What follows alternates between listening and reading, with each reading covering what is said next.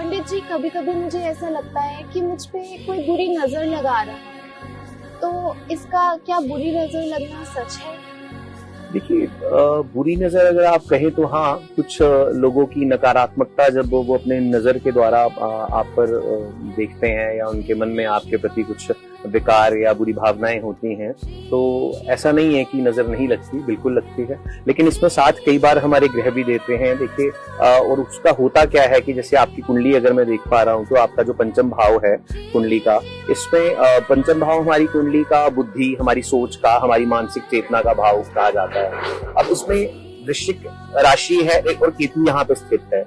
तो इस भाव में अगर बात करूं कि एकादश भाव में राहु भी बैठा हुआ है, तो वहां से एकादश भाव से राहु की भी पूर्ण दृष्टि इस भाव में पड़ रही है। तो राहु केतु का जो ये अक्ष है ना, ये किसी भी व्यक्ति को अत्यधिक संवेदनशील बना देता है, इमोशनल बना देता है। और उसकी वजह से होता यही है कि कई बार हम उस वजह से हम नेगेटिव जो वाइब्स हैं, जो नकारात्मक तरंगे हैं वातावरण में, या लोगों की बुरी नजर जैसे आप कह रहे हैं, तो होता दरअसल ये है कि वातावरण से जो नकारात्मकता वातावरण में होती है, हमारा शरीर उन तरंगों को सोखता है। तो उसके कारण हमें कई बार महसूस होता है कि हमें नजर दोष है या कुछ ऐसी चीजें हो रही हैं। उसके अलावा लग्न में आपकी अगर बात करें तो चंद्रमा है, चंद्रमा भी मन का कारक है, ये भी व्यक्ति को इमोशनल बनाता है, अत्यधिक इमोशनल बना देता है। उसकी वजह से भी कई बार हमारा जो ऑरा है, हमारा आभा मंडल है, वो भी प्रभावित होता है। उसकी वजह से सही कारण जो है, कुछ ना कुछ ग्रहों का भी इसमें समावेश होता है, और वातावरण की नकारात्मकता जो है, हमारा शरीर, हमारा जो है ग्रह जो है हमारे जीवन को चलाते हैं सही मायने में।